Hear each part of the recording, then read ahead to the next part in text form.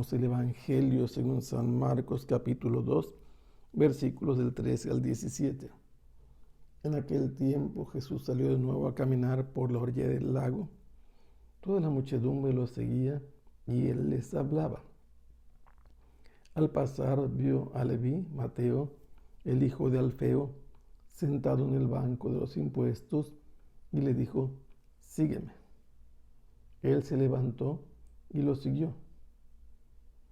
Mientras estaban a la mesa en casa de Leví, muchos publicanos y pecadores se sentaron a la mesa junto con Jesús y sus discípulos, porque eran muchos los que lo seguían.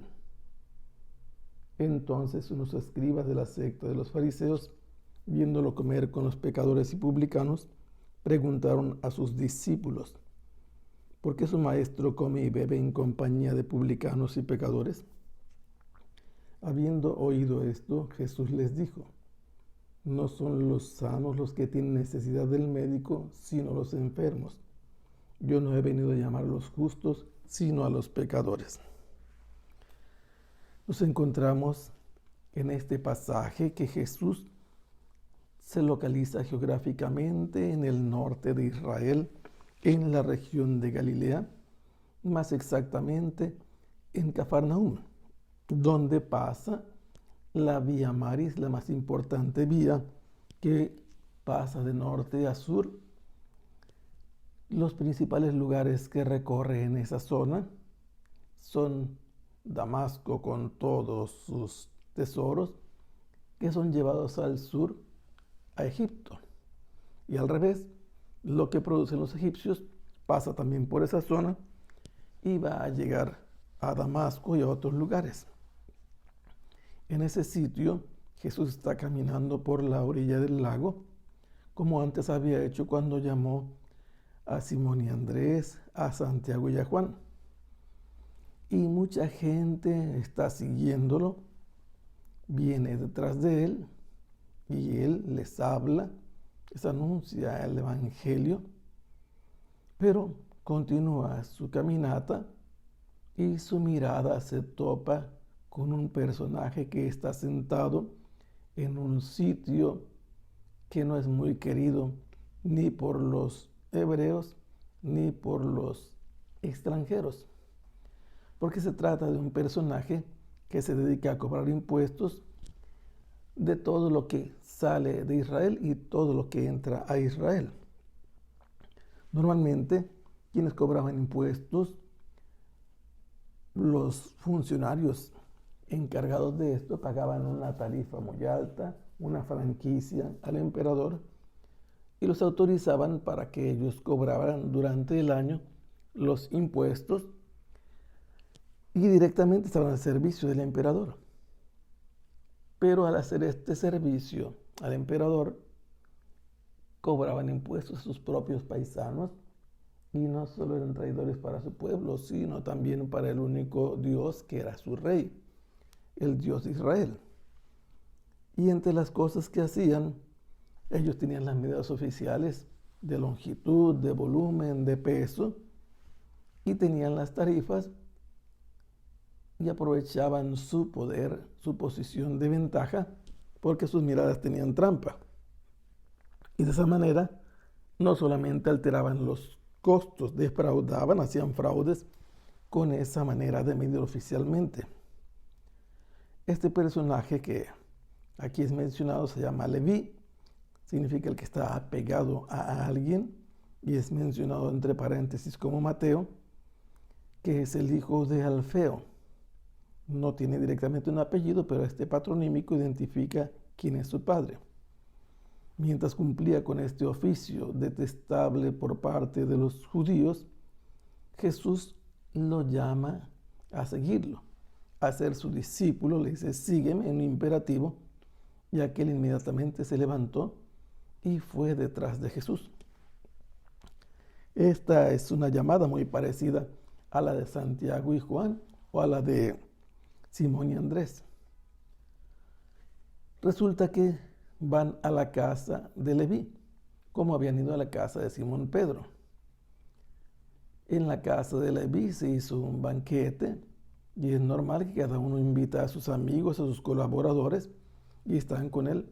Muchos publicanos son sus colegas de trabajo, y también vienen muchos pecadores. Significa que es gente a la que la ley de Dios no le interesa en lo más mínimo, que viven como si Dios no existiera.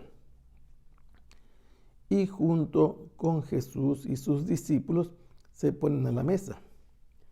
¿Pero qué significa para ellos sentarse a la mesa? No es algo superficial como para nosotros en la antigüedad. Se trata de que comer con alguien indica que tienes una relación muy profunda, que se aceptan mutuamente los que se sientan a comer a la mesa. Y si Jesús se sienta con los publicanos y los pecadores, les hace sentir que para Él son personas dignas de su atención.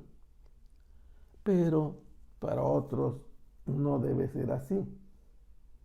Era mucha la gente que había venido siguiéndolo y se dieron cuenta de la presencia de Jesús en este banquete, unos escribas de la secta de los fariseos. Es importante saber que los escribas eran las personas que sabían leer y que normalmente se dedicaban a estudiar la ley, porque el pueblo vivía en relación siempre con la ley. Toda su vida se desarrollaba en torno a la ley, que es la voluntad de Dios, y entonces, cuando alguien tenía problemas, que no sabía cómo comportarse ante una situación difícil respecto a la ley, consultaban a los escribas, que eran los que sabían leer y escribir. Cada grupo tenía sus propios escribas. Los saduceos tenían sus escribas, los fariseos tenían sus escribas. Y aquí nos encontramos con que estos escribas son del grupo de los fariseos, la secta de las personas que se sentían puras, santas. Y estos hacen notar a los discípulos de Jesús que están haciendo algo que no debería hacerse. Los interrogan diciéndoles, ¿por qué es que su maestro come y bebe en compañía de publicanos y pecadores? Eso lo está haciendo para los escribas semejante a los publicanos y a los pecadores, y para los discípulos es una llamada de atención, como diciendo, miren qué clase de maestro tienen, no se habrán equivocado. Pero Jesús los escucha. No le da tiempo a sus discípulos de querer dar una explicación o justificar la conducta de Jesús. Él mismo interviene y da una respuesta apoyándose en un refrán muy conocido. Jesús les dice directamente, no son los sanos los que necesitan de la atención médica, sino los enfermos. Y así Jesús les va a explicar que aquellos a los que Él está atendiendo están enfermos del pecado y Él viene como médico a darles la salud. Jesús les hace entender a estos personajes, a los judíos, cuál es su misión. Su manera de actuar no está excluyendo a los otros, a los que se consideran justos. Lo que quiere hacer es que los fariseos entiendan que no son tan justos como ellos se creen. Se llenan de autosuficiencia, de vanidad y de orgullo. Deben reconocer que ellos también tienen necesidad del médico y de su servicio. Y Jesús así está mostrándoles, además de que tiene poder de perdonar los pecados, tiene también la capacidad de establecer una nueva relación con los pecadores sin preocuparse por la pureza de tipo ritual o social, que es la que le preocupa a los fariseos. Jesús los recibe o se deja recibir y convive con ellos porque viene a llamarlos a la conversión y primero tiene que acercarse a ellos.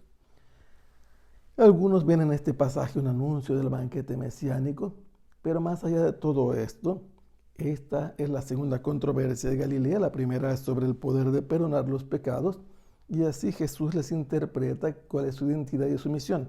Él es el médico que viene a sanar los pecadores, viene a dar la salud y llama a todos a reconocerlo como quien busca a los pecadores. Que el Señor los bendiga. Hasta pronto. Sea alabado el Santísimo Sacramento.